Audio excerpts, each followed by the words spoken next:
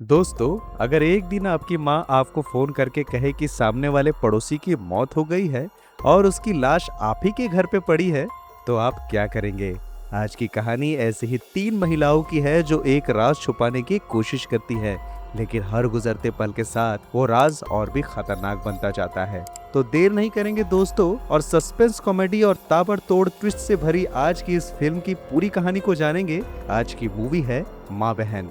कहानी की शुरुआत जया नाम की एक महिला से होती है जो चुपचाप एक आईवीएफ क्लिनिक पहुंची हुई होती है। जया डॉक्टर से कहती है कि वो टेस्ट ट्यूब बेबी के जरिए मां बनना चाहती है, लेकिन डॉक्टर उसे बताते हैं कि इस प्रोसेस में उसके पति की भी जरूरत पड़ेगी और लगभग 5.5 लाख रुपए का खर्च आएगा। ये सुन के जया थोड़ी परेशान हो जाती है, क्योंकि उसने अभी तक ये बात अपने पति को भी नहीं बताई होती। तभी उसके फोन पे उसके ससुर का कॉल आता है और हमेशा की तरह उसे तुरंत घर बुला लिया जाता है। घर पहुंचते ही उसके तीनों देवर खाने की फरमाइश शुरू कर देते हैं। जया बिना कुछ बोले रसोई में लग जाती है। उसकी जिंदगी की सबसे बड़ी परेशानी सिर्फ घर का काम नहीं है, बल्कि उसका पति मानस है, जो अपनी साली सुषमा के साथ सोशल मीडिया पे रील्स बनाने में ज्यादा व्यस्त रहता है। दूसरी तरफ सुषमा को बस एक ही चीज चाहिए, फेम। उसे किसी भी तरह वायरल होना है, लेकिन अभी तक उसे फेम से ज्यादा ट्रोलिंग मिली है। लोग उसके वीडियो पे भद्दे कमेंट करते हैं और ये सब देख के जया को भी अच्छा नहीं लगता। वहीं उनकी माँ रेखा आदर्श कॉलोनी में बिल्कुल अकेले रहती है, लेकिन आज रात कुछ ऐसा होने वाला है दोस्तों, जो इन तीनों की जिंदगी हमेशा के लिए बदल देगा। रात को जब जया अपने फोन पे सुषमा और मानस का रील्स देख रही होती है, तभी अचानक उसकी माँ रेखा का फोन आता है। रेखा बुरी तरह से रो रही होती है, इतना रो रही होती है कि वो ठीक से बोल भी नहीं पा रही होती। वो जया से कहती है कि पहले सुषमा को कॉन्फ्रेंस कॉल में जोड़ो, फिर मैं बताऊंगी कि क्या हुआ है। जब सुषमा भी कॉल पे आ जाती है, तब रेखा कांपती हुई आवाज में कहती है, गुप्ता जी मर गए। दोनों बहनें पहले तो ज्यादा रिएक्ट नहीं करती, लेकिन अगले ही पल रेखा जो कहती है उसे सुन के दोनों के पैरों तले जमीन खिसक जाती है।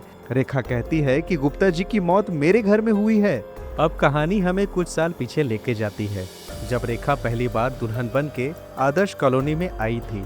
उस समय उसकी उम्र सिर्फ 22 साल थी, लेकिन उसकी खूबसूरती ऐसी थी कि पूरी कॉलोनी में उसकी चर्चा होने लगी। कॉलोनी में लगभग सभी मर्द किसी न किसी बहाने उसे देखने की कोशिश करते थे। रेखा का पति सुकुमारन रेलवे में नौकरी करता था और सामने वाले घर में उसका बचपन का दोस्त चरित्र कुमार गुप्ता रहता था। शुरुआत में सब कुछ सामान्य था, लेकिन धीरे धीरे कॉलोनी के लोगों ने रेखा को लेकर तरह तरह की बातें बनाना शुरू कर दिया। लोग उसे डायन तक कहने लगे। वजह ये थी कि शादी के सिर्फ 7 महीने बाद ही जया का जन्म हो गया था। बस यहीं से लोगों ने रेखा के चरित्र पे उंगली उठाना शुरू कर दिया। समय बीतता गया और एक दिन अचानक सुकुमारन और उसकी माँ की करंट लगने से मौत हो गई। इस घटना के बाद रेखा बिल्कुल अकेले पड़ गई। उसके सिर पे 2 बेटियों की जिम्मेदारी थी, लेकिन उसने हार नहीं मानी। वो मेहनत करके अपनी बेटियों को पालने लगी। दूसरी तरफ गुप्ता जी के पास सुकुमारन का पुराना कर्ज भी था, और चाहे तो वो रेखा को घर से निकाल सकते थे, क्योंकि घर तक गिरवी रखा गया था, लेकिन उन्होंने ऐसा नहीं किया। हालांकि इसका मतलब ये नहीं था कि वो रेखा के लिए कोई हमदर्दी रखते थे। समय के साथ उनकी नीयत और सोच दोनों बदलती चली गई। फ्लैशबैक खत्म होता है और कहानी फिर से वर्तमान में लौट आती है। जया और सुषमा अपनी माँ के घर पहुंच चुकी होती है। बाहर से वे ऐसा दिखा रही थी जैसे अचानक माँ को सरप्राइज देने आई हो, लेकिन घर के अंदर पहुंचते ही रेखा उन्हें उस कमरे में ले जाती है जहां जमीन पे गुप्ता जी पड़े हुए थे। उन्हें देख के दोनों बहनों के होश उड़ जाते हैं। रेखा बार बार एक ही बात कह रही थी कि वो इस उम्र में जेल नहीं जाएगी। जया खुद को संभालते हुए पूछती है कि आखिर ये सब हुआ कैसे। रेखा बताती है कि रात को लगभग 10:30 बजे दरवाजे की घंटी बजी थी। उसने दरवाजा खोला तो सामने गुप्ता जी खड़े थे। रेखा को लगा कि उनकी बेटी की शादी का कार्यक्रम चल रहा है, इसीलिए शायद किसी सामान की जरूरत होगी। लेकिन जैसे ही उसने दरवाजा खोला, गुप्ता जी जबरदस्ती घर के अंदर घुस गए। रेखा का दावा था कि उन्होंने उसके साथ बदतमीजी करने की कोशिश की। खुद को बचाने के लिए उसने उन्हें धक्का दिया। धक्का लगते ही गुप्ता जी पीछे रखी अलमारी से टकरा गए। उनके सिर और पीठ में जोरदार चोट लगी और वो जमीन पे गिर पड़े। उसके बाद उन्होंने कोई हरकत नहीं की, इसीलिए रेखा को लगा कि उनकी मौत हो चुकी है। जया पूरी बात सुन के कहती है कि अगर ये सेल्फ डिफेंस का मामला है तो पुलिस को बुलाना चाहिए, लेकिन सुषमा तुरंत विरोध करती है। उसका कहना था कि पूरी कॉलोनी पहले से ही उनकी माँ को बदनाम करने की कोशिश करती रहती है, कोई भी रेखा की बात का भरोसा नहीं करेगा। उल्टा पुलिस और कॉलोनी वाले उसी को दोषी मान लेंगे। रेखा भी यही सोच रही थी, इसीलिए तीनों फैसला करती हैं कि किसी तरह रात होने का इंतजार किया जाए और फिर गुप्ता जी की बॉडी को चुपचाप ठिकाने लगा दिया जाए। उधर दूसरी तरफ गुप्ता आंटी सुबह नींद से उठती है। उन्हें ये भी याद नहीं था कि गुप्ता जी रात को कब घर से निकले। वो सोचती है कि शायद रोज की तरह मॉर्निंग वॉक पे गए होंगे, लेकिन धीरे धीरे उन्हें कुछ अजीब लगने लगता है। गुप्ता जी का फोन लगातार बज रहा होता है मगर कोई नहीं उठा रहा होता। उनकी बेटी की शादी का कार्यक्रम चल रहा होता है, घर में मेहमान भी आने लगे होते हैं, लेकिन घर के मुखिया का कोई पता नहीं होता। बार बार फोन करने पे भी जवाब नहीं मिल रहा होता है। उन्हें अंदाजा भी नहीं होता है कि जिस फोन पे वो कॉल कर रही है वो इस समय रेखा के घर के अंदर पड़ा हुआ है। इधर रेखा, जया और सुषमा पूरी कोशिश कर रही होती है कि दिन किसी तरह निकल जाए, लेकिन जितना समय गुजर रहा होता है उतनी ही उनकी परेशानी बढ़ती जा रही होती है। तभी एक और मुसीबत सामने आ जाती है। जया की मुलाकात होती है इंस्पेक्टर माहेश्वरी से, जो उसका बचपन का दोस्त था और अब पुलिस इंस्पेक्टर बन चुका होता है। उसे देख के जया एक पल के लिए घबरा जाती है, क्योंकि घर में जो कुछ भी चल रहा होता है उसमें किसी भी पुलिस वाले का सामने आ जाना खतरनाक साबित हो सकता था। लेकिन माहेश्वरी बिल्कुल सामान्य तरीके से बात करता है और उसे आलू चाट खिलाने के लिए कहता है। साथ ही वो बताता है कि आज रात गुप्ता जी के घर जगराता है और सभी को वहां आना चाहिए। ये बात सुनते ही रेखा के दिमाग में एक नया प्लान आता है। उसे लगता है कि जब पूरी कॉलोनी जगराते में व्यस्त होगी तब वे आराम से गुप्ता जी की बॉडी को घर से बाहर निकाल सकती है। रात होने का इंतजार शुरू हो जाता है और आखिरकार वो समय भी आ जाता है। तीनों मिलके गुप्ता जी को कंबल में लपेटती हैं और धीरे धीरे घसीटते हुए बाहर ले जाने लगती है। उनके दिल की धड़कनें तेज होती है कि अगर किसी ने उन्हें देख लिया तो सब खत्म हो जाएगा। लेकिन तभी सुषमा अचानक डर के पीछे हट जाती है। उसका चेहरा सफेद पड़ चुका होता है। वो कांपती हुई आवाज में कहती है कि अभी अभी गुप्ता जी ने छींक मारी है।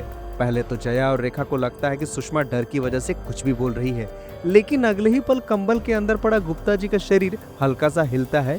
फिर वो करवट बदलते हैं और ये देख के तीनों के पैरों तले जमीन खिसक जाती है, क्योंकि जिस आदमी को वो कई घंटों से मरा हुआ समझ रही थी, दरअसल असल में वो जिंदा है। गुप्ता जी को जिंदा देख के तीनों महिलाओं की हालत खराब हो जाती है।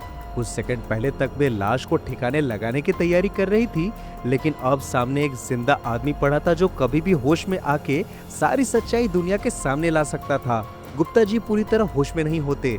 वो नींद और बेहोशी की हालत में कुछ बड़बड़ा रहे होते हैं। इसी दौरान उनके मुंह से 3 पत्ती खेलने की बात निकल जाती है। बस यहीं से रेखा की पहली कहानी में डाउट नजर आने लगता है। जया और सुषमा तुरंत रेखा से सवाल पूछती है कि अगर गुप्ता जी जबरदस्ती घर में घुसे थे तो फिर 3 पत्ती का नाम क्यों ले रहे हैं? आखिर सच क्या है? अब रेखा मजबूर होकर नया सच बताती है। वो कहती है कि उसने ही गुप्ता जी को घर बुलाया था। वजह थी पैसा। रेखा जिस वाइन शॉप में काम करती थी वहां से उसने लगभग 5 से 5.5 लाख रुपए उधार लिए थे। गुप्ता जी को इस बात का पता चल गया था और वे लगातार पैसे वापस मांग रहे थे। रेखा चाहती थी कि वो उनसे अकेले में बात करके कुछ समय और मांग ले, इसीलिए उसने 3 पत्ती खेलने का बहाना बना के उन्हें रात को घर में बुलाया। लेकिन रेखा का दावा था कि बात करते करते गुप्ता जी की नीयत खराब हो गई और फिर वही धक्का मुक्की हुई, जिसके बाद वे बेहोश हो गए। जया और सुषमा को अपनी माँ की इस नई कहानी पर भी पूरा भरोसा नहीं होता। दोनों को लगता है कि रेखा अभी भी कुछ छिपा रही है, लेकिन इस समय उनके पास बहस करने का समय नहीं था।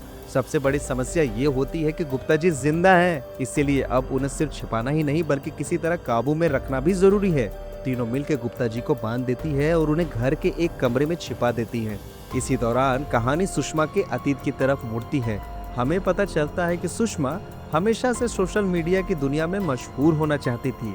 एक बार उसने अपने बॉयफ्रेंड के साथ वीडियो बनाया था जो वायरल हो गया, लेकिन प्रसिद्धि मिलने के बजाय उसे बदनामी मिली। कॉलोनी वालों ने उसे चरित्रहीन कहना शुरू कर दिया। लोग उसके घर तक पहुंच गए और हंगामा करने लगे। हालात इतने खराब हो गए कि रेखा को मजबूरन सुषमा को कुछ समय के लिए जया के घर भेजना पड़ा, लेकिन वहां पहुंचकर भी सुषमा बदली नहीं। उसने अपने जीजा मानस के साथ रील्स बनाना शुरू कर दिया। सोशल मीडिया पर दोनों की वीडियो तेजी से चलने लगी। लोगों ने दोनों के रिश्ते को लेकर तरह तरह की बातें बनाना शुरू कर दिया। ये वजह थी कि जया और सुषमा के बीच लगातार तनाव बना रहता था। जया को लगता था कि उसकी बहन उसकी शादीशुदा जिंदगी खराब कर रही है, जबकि सुषमा का कहना था कि वो सिर्फ कंटेंट बना रही है। कहानी फिर से प्रेजेंट में लौट आती है। तभी अचानक गुप्ता आंटी मिठाई का डब्बा लेके रेखा के घर पहुंच जाती है। उन्हें अपने पति के गायब होने की चिंता तो थी, लेकिन साथ ही उन्हें रेखा पर भी शक होने लगता है। घर में घुसते ही उन्हें गुप्ता जी के तेल की हल्की सी खुशबू महसूस होती है। सालों से साथ रहने की वजह से वो उस गंध को तुरंत पहचान लेती है। उनका शक और गहरा हो जाता है, इसीलिए वो बाथरूम जाने का बहाना बनाती है ताकि घर के अंदर थोड़ा और घूम सके। लेकिन रेखा, जया और सुषमा किसी भी कीमत पर उन्हें अकेले घर में घूमने नहीं देना चाहती। तीनों किसी तरह बातों में उलझा के उन्हें बाहर भेज देती है। घर से निकलते ही गुप्ता आंटी सीधे अपने भाई माहेश्वरी के पास जाती है और कहती है कि उसे पूरा यकीन है कि उसके पति के गायब होने का संबंध रेखा से ही है। लेकिन माहेश्वरी उनकी बातों को गंभीरता से नहीं लेता। उसका मानना होता है कि बिना किसी सबूत के आरोप लगाना ठीक नहीं है। फिर भी वो औपचारिक तौर पे रेखा के घर जाने का फैसला करता है। उधर जैसे ही रेखा को पता चलता है कि इंस्पेक्टर आने वाला है, तीनों के हाथ पैर फूल जाते हैं। जिस कमरे में गुप्ता जी को छिपाया गया था, अगर माहेश्वरी वहां पहुंच गया तो सब कुछ खत्म हो जाएगा। तभी जया एक चतुराई भरा कदम उठाती है। जैसे ही माहेश्वरी घर पहुंचता है, वो उसे पुराने दिनों की बातें याद दिलाने लगती है। दोनों बचपन के दोस्त थे, इसीलिए बातचीत लंबी चलने लगती है।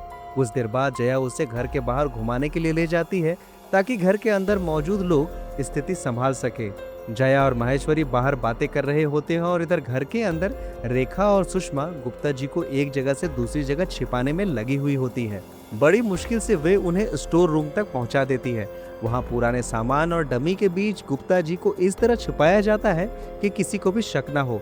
जया और इंस्पेक्टर माहेश्वरी के बाहर जाने के बाद रेखा और सुषमा किसी तरह स्थिति संभाल लेती है। लेकिन जैसे ही जया वापस घर लौटती है, उसके साथ एक और मुसीबत चली आती है। दरवाजे पे उसका पति मानस खड़ा होता है। मानस को पहले से ही शक होता है कि कुछ न कुछ तो गड़बड़ जरूर है, क्योंकि जया ने अचानक फोन करके कहा था कि उसकी माँ की हालत बहुत खराब है। लेकिन यहाँ आके देखा तो रेखा बिल्कुल ठीक ठाक घूम रही होती है और उसे ये बात हजम नहीं हो रही होती। मानस घर के अंदर रहने लगता है और बार बार उन कमरों में जाने की कोशिश करता है जहाँ गुप्ता जी को छिपाया गया था। हर बार तीनों महिलाएं किसी न किसी बहाने से उसे रोक लेती हैं, लेकिन जितना ज्यादा वे उसे रोकती हैं, उतना ही उसका शक बढ़ता जा रहा होता है। उधर गुप्ता जी अब भी बंधे हुए होते हैं और कभी भी पूरी तरह होश में आ सकते हैं। 2 दिन इसी तनाव में गुजर जाते हैं। तभी एक नई खबर पूरे मोहल्ले में आग की तरह फैल जाती है कि गुप्ता जी के परिवार को किसी अज्ञात व्यक्ति का फोन आया है। फोन करने वाले ने दावा किया कि गुप्ता जी उसके कब्जे में है और उन्हें जिंदा वापस चाहिए तो 5.5 लाख रुपए देने होंगे। ये सुनते ही पूरे परिवार में हड़कंप मच जाता है। गुप्ता आंटी तो रोने लग जाती है और इंस्पेक्टर माहेश्वरी भी मामले को गंभीरता से लेने लगता है। लेकिन सबसे बड़ा झटका रेखा, जया और सुषमा को लगता है, क्योंकि इन्होंने तो कोई फिरौती मांगी ही नहीं थी। तीनों एक दूसरे की तरफ देखने लगते हैं। हर किसी के मन में एक ही सवाल होता है, अगर फिरौती हमने नहीं मांगी तो किसने मांगी है। धीरे धीरे शक का दायरा घर के अंदर ही सिमटने लगता है। जया को लगता है कि उसकी माँ ने पैसों के लालच में ये खेल खेला होगा। रेखा को लगता है कि शायद उसकी बेटियों में से किसी ने चोरी छिपे ये काम किया होगा। वहीं सुषमा को दोनों पे शक होता है। देखते ही देखते बात बहस तक पहुंच जाती है। बहस इतनी बढ़ जाती है कि घर युद्ध का मैदान बन जाता है। जया गुस्से में सुषमा पे आरोप लगाती है कि उसने जानबूझ के उसकी शादीशुदा जिंदगी खराब की है। वो कहती है कि उसके फोन में मानस का नंबर जानू नाम से सेव है। ये सुनते ही माहौल और गर्म हो जाता है। सुषमा भी चिल्ला के जवाब देती है कि उसका और मानस का कोई चक्कर नहीं है। सोशल मीडिया के लिए वीडियो बनाना और किसी के साथ अफेयर होना 2 अलग बातें होती है। इसके बाद जया अपनी माँ पे टूट पड़ती है। उसका कहना होता है कि रेखा ने हमेशा अपने स्वार्थ के लिए सबका इस्तेमाल किया। दूसरी तरफ सुषमा भी अपनी माँ पे बरस पड़ती है। वो कहती है कि कॉलोनी वाले शायद गलत नहीं है, शायद रेखा ने ही उसके पिता और जया के पिता की जिंदगी बर्बाद की थी। अपनी बेटियों की बातें सुन के रेखा का धैर्य टूट जाता है। वो गुस्से में रसोई से चाकू उठा लाती है और दोनों को धमकाती है कि जब तक गुप्ता जी वाला मामला खत्म नहीं हो जाता, कोई भी इस घर से बाहर नहीं जाएगा। पहली बार तीनों के बीच छिपी हुई सालों पुरानी नफरत खुल के सामने आती है। इधर माहेश्वरी अपनी जांच में आगे बढ़ रहा होता है। कॉलोनी के बाहर लगे सीसीटीवी कैमरों की फुटेज निकाली जाती है। फुटेज देख के एक चौंकाने वाली बात सामने आती है कि पिछले कई दिनों में गुप्ता जी कॉलोनी से बाहर गए ही नहीं थे। इसका मतलब साफ था, या तो उनका अपहरण कॉलोनी के अंदर ही हुआ है या फिर वे अभी भी कॉलोनी के अंदर ही मौजूद हैं। ये जानकारी मिलने के बाद खतरा पहले से कई गुना बढ़ जाता है, क्योंकि अब पुलिस का ध्यान सीधे इसी इलाके पे टिक चुका होता है। उसी रात एक और रहस्यमयी घटना होती है। रेखा चुपके से घर से निकलती है। उसे लगता है कि कोई नहीं देख रहा है, लेकिन जया उसका पीछा करने लगती है। कुछ दूरी पे सुषमा भी दोनों के पीछे लग जाती है। रेखा एक पुराने गोदाम जैसे स्थान पे पहुंच के अंदर चली जाती है। जया और सुषमा भी वहां पहुंच जाती है। अंदर एक आदमी पहले से मौजूद होता है। उसे देख के दोनों हैरान रह जाते हैं, क्योंकि रेखा बताती है कि ये आदमी सुषमा का असली पिता है। ये सुनकर सुषमा के पैरों तले जमीन खिसक जाती है। जिस आदमी को उसने जिंदगी भर नहीं देखा, आज वो अचानक उसके सामने खड़ा था। रेखा बताती है कि सुकुमारन के मौत के बाद उसका इस आदमी से संबंध बना था और उसी से सुषमा का जन्म हुआ था। लेकिन इससे भी बड़ा झटका अभी बाकी था। जया को शक हो जाता है कि शायद यही आदमी फिरौती मांग रहा है, क्योंकि उसे गुप्ता जी के बारे में सब कुछ पता होता है। लेकिन वो आदमी साफ इंकार कर देता है। वो कहता है कि उसने कोई फिरौती मांगी ही नहीं। हालांकि वो ये जरूर कबूल करता है कि वो एक अपराधी है और पुलिस से बच के भाग रहा है। अगले दिन उसकी ट्रेन थी और उसे तुरंत पैसे चाहिए थे। इसके बाद वो अचानक अपना असली रंग दिखा देता है। वो सुषमा के गर्दन पे चाकू रख देता है और रेखा से सारे पैसे छीन लेता है। रेखा मजबूरी में उसे पैसे दे देती है और वो आदमी वहाँ से भाग जाता है। अपनी आंखों के सामने सब कुछ लूटता देख के सुषमा का अपनी माँ पर बचा कुचा भरोसा भी खत्म हो जाता है। लेकिन उन्हें बिल्कुल अंदाजा नहीं होता है कि घर लौटते ही उनके सामने उससे भी बड़ी मुसीबत खड़ी होने वाली है, क्योंकि जिस आदमी को वे कई दिनों से बांध के रखे हुए थे, अब वो पूरी तरह से होश में आने वाला होता है। गोदाम से वापस लौटने के बाद घर का माहौल पूरी तरह बदल चुका होता है। सुषमा अपनी माँ से बेहद नाराज होती है। उसे लग रहा होता है कि रेखा ने जिंदगी भर उससे झूठ बोला है। पहले उसके पिता की सच्चाई छिपाई, फिर पैसों का सच छिपाया और अब एक अपराधी पे भरोसा करके सारी जमा पूंजी भी गवा दी। जया भी अपनी माँ से खुश नहीं होती है। तीनों के बीच बात करना तक मुश्किल हो जाता है। लेकिन तभी अचानक उस कमरे में आवाज आने लगती है जहाँ गुप्ता जी को बांध के रखा गया था। तीनों दौड़ के वहाँ पहुँचती है और जो नजारा उनके सामने होता है उसे देख के उनके होश उड़ जाते हैं। गुप्ता जी पूरी तरह से होश में आ चुके होते हैं और वे अपने बंधन खोलने की कोशिश भी कर रहे होते हैं और गुस्से में लाल पीले भी हुए जा रहे होते हैं। जैसे ही उन्हें मौका मिलता है वे उठ के भागने लगते हैं। रेखा और सुषमा उन्हें रोकने की कोशिश करती है, लेकिन गुप्ता जी उनसे ज्यादा ताकतवर थे। कमरे में अफरा तफरी मच जाती है, कुर्सियां गिरती है, सामान टूटता है और हर कोई उन्हें पकड़ने की कोशिश करता है। आखिरकार जया को पास में एक भारी चीज दिखाई देती है और वो बिना समय गवाए उसे उठाती है और गुप्ता जी के सिर पे टेप मारती है। जोरदार वार लगते ही गुप्ता जी फिर से जमीन पे गिर जाते हैं और दोबारा बेहोश हो जाते हैं। समस्या फिलहाल तो टल गई होती है, लेकिन उस शोर ने एक नई मुसीबत खड़ी कर दी होती है। बगल वाले कमरे में सो रहा मानस अब जाग चुका होता है। मानस कमरे से बाहर निकलता है और जया को अस्त व्यस्त हालत में देखता है। उसकी शर्ट फटी हुई होती है, बाल बिखरे हुए होते हैं और चेहरे पे तनाव साफ दिखाई दे रहा होता है। मानस को पहले से ही शक था कि कुछ न कुछ छिपाया जा रहा है। अब उसकी गलतफहमी और बढ़ जाती है। उसे लगता है कि जया किसी दूसरे आदमी के साथ संबंध में है और उससे ये सब कुछ छिपाया जा रहा है। वो जया पे गंभीर आरोप लगाने लगता है। अब तक हर बात चुपचाप सहने वाली जया का सब्र जवाब दे देता है। वो साफ कह देती है कि अगर उसे भरोसा नहीं तो वो यहाँ से चला जाए। मानस गुस्से में घर छोड़ने लगता है, लेकिन जया उसे चप्पल से पीटने लगती है और उससे कहती है कि तुमने मुझे सिर्फ अपने घर की नौकरानी बना के रखा है, तुमने कभी भी मुझसे प्यार ही नहीं किया। साथ ही वो पास्ट की एक घटना भी बताती है। जब मानस जया की सहेली को देखने आया था तब जया वहाँ हाथ बटाने गई थी, मगर अकेले में मानस जया को छेड़ने लगा और पकड़ा गया। बदनामी के डर से जया को मानस से शादी करनी पड़ी, क्योंकि पहले ही कॉलोनी वाले उसकी माँ के बारे में अनाप शनाप बकते थे। लेकिन इस बार जया शांत नहीं होती, बहुत गुस्से में उसकी पिटाई करती है, जिसके बाद वो मानस को कॉलोनी से धक्के मार के निकाल देती है। लेकिन ये बात जया के दिल पे गहरी चोट करती है। मानस के जाने के बाद वो टूट जाती है। उधर सुषमा भी चुपचाप बैठी होती है। काफी देर के बाद वो जया को एक सच्चाई बताती है। वो कहती है कि उसका और मानस का कभी कोई अफेयर नहीं था। जिस जानू नाम को लेकर जया इतने दिनों से परेशान थी वो सिर्फ एक गलतफहमी थी। दरअसल में जया ने अपने फोन पे उसका नाम जानू सेव किया था और जब उसने वो नंबर सुषमा को सेंड किया तो जानू ऑटोमेटिक चला गया और उसी नंबर को उसने सेव कर लिया था। उसने कभी मानस को उस नजर से देखा ही नहीं। ये सुनकर जया को एहसास होता है कि उसने अपनी बहन को गलत समझा। धीरे धीरे दोनों बहनों के बीच की दूरियां कम होने लगती है, लेकिन अभी भी सबसे बड़ी समस्या गुप्ता जी थे। रात गहराती जाती है, बाहर तेज बारिश शुरू हो जाती है। हवा इतनी तेज चल रही होती है कि खिड़कियां तक हिलने लगती है। घर के अंदर मौजूद तीनों महिलाएं पूरी तरह थक चुकी होती हैं। कई दिनों की भागदौड़, झूठ, डर और तनाव ने उन्हें तोड़ के रख दिया होता है। आधी रात के बाद रेखा की अचानक आंख खुलती है। वो खिड़की बंद करने के लिए उठती है, लेकिन जैसे ही उसकी नजर बाहर पड़ती है उसका खून जम जाता है। बारिश के बीच एक आदमी लड़खड़ाते हुए सड़क पे चल रहा होता है और वो कोई और नहीं गुप्ता जी होते हैं। पता नहीं कब उन्हें होश आया और वे कब घर से बाहर निकल गए। रेखा तुरंत जया और सुषमा को जगाती है। तीनों खिड़की से देखती है कि गुप्ता जी धीरे धीरे अपने घर की तरफ बढ़ रहे हैं। अब उनके सामने सबसे बड़ा डर था, अगर गुप्ता जी ने पुलिस को सब कुछ बता दिया और अगर उन्होंने बता दिया कि उन्हें कई दिनों तक बंधक बना के रखा गया था और अगर उन्होंने बता दिया कि उन्हें 2 बार सिर में मारा गया था, तो न जाने क्या होगा। इन सवालों ने तीनों की नींद उड़ा दी होती है। सुबह होते ही गुप्ता जी अपने घर पहुंच चुके होते हैं। उनका परिवार उन्हें देख के खुश तो होता है, लेकिन साथ ही हर कोई जानना चाहता है कि आखिर उनके साथ हुआ क्या। इंस्पेक्टर माहेश्वरी भी उनसे पूछताछ करने पहुंच जाता है, लेकिन हैरानी की बात तो ये होती है कि गुप्ता जी कुछ भी साफ साफ नहीं बताते। वे हर सवाल का जवाब टाल देते हैं। हालांकि जांच के दौरान एक अहम सबूत सामने आ जाता है। जिस कपड़े से गुप्ता जी के हाथ पैर बांधे गए थे, उसे देख के गुप्ता आंटी तुरंत पहचान जाती है। वो कपड़ा रेखा के घर का होता है। बस फिर क्या था, गुप्ता आंटी का शक यकीन में बदल जाता है। वो पूरे मोहल्ले के सामने रेखा को डायन, चालबाज और अपराधी कहने लगती है। दूसरी तरफ माहेश्वरी पहली बार गंभीरता से रेखा के परिवार की तरफ देखने लगता है।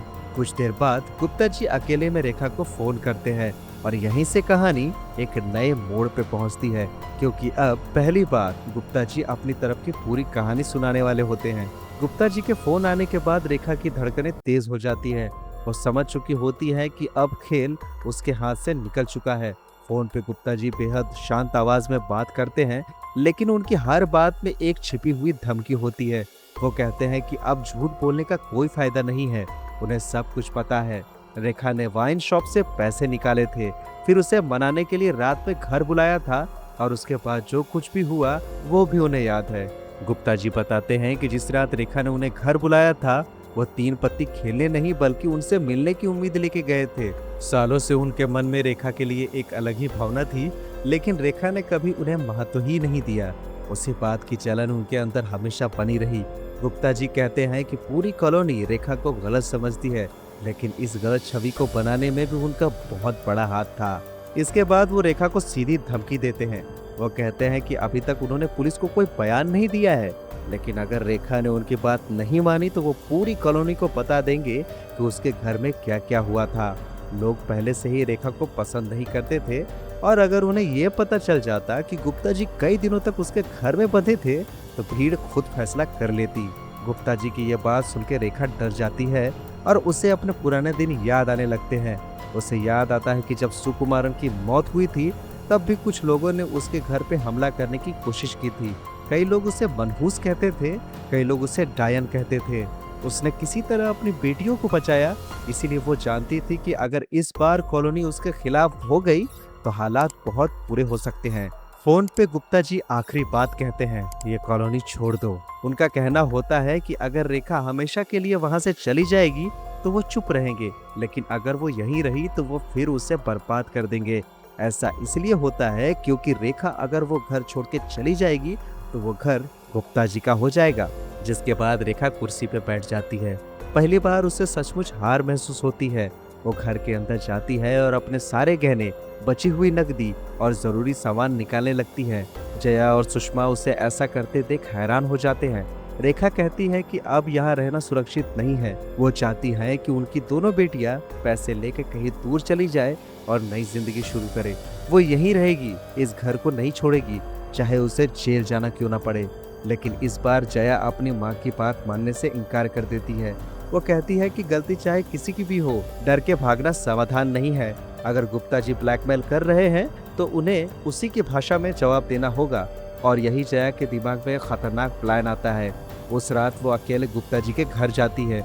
काफी देर बाद वो वापस लौटती है, लेकिन इस बार उसके चेहरे पे डर नहीं बल्कि आत्मविश्वास होता है। अगले दिन गुप्ता जी रेखा के घर पहुंचते हैं। उन्हें लगता है कि अब रेखा हार मान चुकी है और उनकी हर बात मानेगी। घर का दरवाजा खुलता है। अंदर रेखा, जया और सुषमा शांत खड़ी होती हैं। गुप्ता जी मुस्कुराते हुए अंदर आते हैं और सोफे पे बैठ जाते हैं। उन्हें लग रहा होता है कि अब पूरा खेल उनके नियंत्रण में है, लेकिन उन्हें ये नहीं पता कि इस बार जाल उनके लिए ही बिछाया गया है। जया उन्हें शरबत देती है। गुप्ता जी पहले रेखा को पीने के लिए कहते हैं, उन्हें डर होता है कि उसमें कुछ मिलाया न गया हो। रेखा एक घूंट पी लेती है और इसके बाद गुप्ता जी निश्चिंत होकर शरबत पी लेते हैं। कुछ देर बाद उनका असली चेहरा सामने आने लगता है। वो रेखा और उसकी बेटियों को आदेश देने लगते हैं। कभी नाचने को कहते हैं, कभी मालिश करने को कहते हैं। उन्हें लग रहा होता है कि अब ये तीनों महिलाएं उनकी कैदी बन चुकी है। लेकिन कमरे के एक कोने में एक कैमरा सब कुछ रिकॉर्ड कर रहा होता है। गुप्ता जी को इसकी भनक तक नहीं होती है। वो लगातार अपनी हरकतें करते रहते हैं। कभी रेखा के करीब जाने की कोशिश करते हैं, कभी अपनी पुरानी इच्छाओं की बातें करते हैं। जया और सुषमा जानबूझ के उन्हें बोलने देती है ताकि हर बात रिकॉर्ड हो जाए। कुछ देर बाद सुषमा उनके साथ सेल्फी लेने लगती है। गुप्ता जी को गुस्सा आ जाता है, लेकिन अब बहुत देर हो चुकी होती है क्योंकि वो वीडियो पहले से ही सही लोगों तक पहुंच चुका होता है। थोड़ी देर में दरवाजा खुलता है और अंदर प्रवेश करती है गुप्ता आंटी। गुप्ता जी का चेहरा फक पड़ जाता है। जो आदमी कुछ मिनट पहले तक दूसरों को धमका रहा था अब खुद बुरी तरह फंस चुका होता है। वीडियो में उसकी सारी हरकतें रिकॉर्ड हो चुकी होती है। उसकी धमकियां, उसका व्यवहार, उसकी नीयत, सब कुछ। अब पहली बार शक्ति का संतुलन बदल चुका होता है। रेखा और उसकी बेटियां अब डर नहीं रही होती, बल्कि डर अब गुप्ता जी के चेहरे पे साफ दिखाई दे रहा होता है। गुप्ता आंटी को सामने देख के गुप्ता जी के चेहरे का रंग उड़ जाता है। कुछ देर पहले तक जो आदमी रेखा और उसकी बेटियों को धमका रहा था अब खुद सफाई देने की कोशिश करने लगता है, लेकिन इस बार उसकी कोई बात सुनने वाला नहीं था। वीडियो में उसकी सारी हरकतें रिकॉर्ड हो चुकी होती हैं। वो ये साबित करने के लिए काफी था कि गुप्ता जी कोई मासूम इंसान नहीं थे और सालों से रेखा को परेशान करने में उनका बहुत बड़ा हाथ था। गुप्ता आंटी को भी पहली बार एहसास होता है कि उनके पति उतने सीधे साधे नहीं है जितना वो समझती थी। उधर माहेश्वरी भी समझ जाता है कि इस पूरे मामले की सच्चाई उतनी आसान नहीं है जितनी ऊपर से दिखाई दे रही है। किसी एक इंसान को पूरी तरह दोषी ठहराना मुश्किल है क्योंकि यहाँ लगभग हर कोई किसी न किसी तरह का झूठ बोल रहा है। इसके बाद मामला धीरे धीरे शांत होने लगता है। गुप्ता जी अब पहले जैसी धमकियां नहीं दे रहे होते क्योंकि अगर उन्होंने रेखा के खिलाफ कुछ कहा तो वीडियो उनके खिलाफ चला दिया जाएगा। दूसरी तरफ रेखा और उसकी बेटियां भी ये नहीं चाहती थी कि पुलिस तक पूरी सच्चाई पहुंचे क्योंकि इससे उनकी अपनी मुश्किलें बढ़ सकती थी। इसीलिए दोनों पक्षों के बीच एक तरह की खामोश समझौते वाली स्थिति बन जाती है। लेकिन अभी भी एक बहुत बड़ा सवाल बाकी होता है, आखिर फिरौती के 5.5 लाख रुपए मांगे किसने थे? गुप्ता जी भी ये नहीं जानते थे, रेखा भी ये नहीं जानती थी, जया और सुषमा भी नहीं जानती थी। पूरी कहानी का ये सबसे बड़ा रहस्य होता है। दिन बीतने लगते हैं। गुप्ता जी अपने घर में वापस आ चुके होते हैं। जया और सुषमा भी अपनी जिंदगी को दोबारा पटरी पे लाने की कोशिश कर रही होती है। मानस जा चुका होता है और जया को अब अपनी जिंदगी के बारे में नए सिरे से सोचना होता है। दूसरी तरफ सुषमा भी पहली बार अपनी माँ और बहन को थोड़ा बेहतर समझने लगती है। इतने दिनों तक साथ रहने और एक जैसी मुसीबत झेलने के बाद तीनों के रिश्तों में बदलाव आने लगता है। लगभग एक हफ्ते बाद सभी लोग टीवी देख रहे होते हैं। तभी एक रियलिटी शो में एक जानी पहचानी लड़की नजर आती है। वो कोई और नहीं बल्कि गुप्ता जी की बेटी गोल्डी होती है। उसे टीवी पे देख के पूरा परिवार हैरान रह जाता है। गोल्डी वहाँ इंटरव्यू दे रही होती है। इंटरव्यू के दौरान वो बताती है कि वो अपनी शादी छोड़ के भाग आई है। उसके परिवार वाले उसकी शादी करवाना चाहते थे, लेकिन वो अपने सपनों को पूरा करना चाहती थी। वो अपनी जिंदगी अपने तरीके से जीना चाहती थी और इसी वजह से उसने घर छोड़ने का फैसला किया। शो का होस्ट उससे पूछता है कि घर छोड़ने के बाद उसके पास इतने पैसे कहाँ से आए? तब गोल्डी मुस्कुराती है और यही पूरी कहानी का सबसे बड़ा रहस्य खुल जाता है। गोल्डी बताती है कि उसके पास लगभग 5.5 लाख रुपए थे। ये सुनते ही रेखा, जया, सुषमा और गुप्ता आंटी, यहाँ तक कि गुप्ता जी भी हैरान रह जाते हैं। अब सारे टुकड़े आपस में जुड़ने लगते हैं। गोल्डी जानती थी कि उसके पिता गायब है। उसे ये भी पता था कि हर कोई परेशान है। उसी ने इस मौके का फायदा उठाया। उसने किडनैपिंग का नाटक रचा, फिरौती की कॉल करवाई और जब उसकी मां ने बताए गए स्थान पे पैसे रख दिए तो वो खुद उन पैसों को लेके वहां से रफू चक्कर हो गई। मतलब जिस रहस्यमय किडनैपर को पूरा परिवार ढूंढ रहा था वो कोई अपराधी नहीं था बल्कि खुद गोल्डी थी। ये सच्चाई सुन के सभी लोग स्तब्ध रह जाते हैं और कई दिनों तक जिस रहस्य ने सबकी नींद उड़ा रखी थी उसका जवाब इतना अप्रत्याशित निकलेगा किसी ने कभी सोचा भी नहीं था। फिल्म के आखिरी पलों में हम रेखा, जया और सुषमा को साथ बैठे हुए देखते हैं।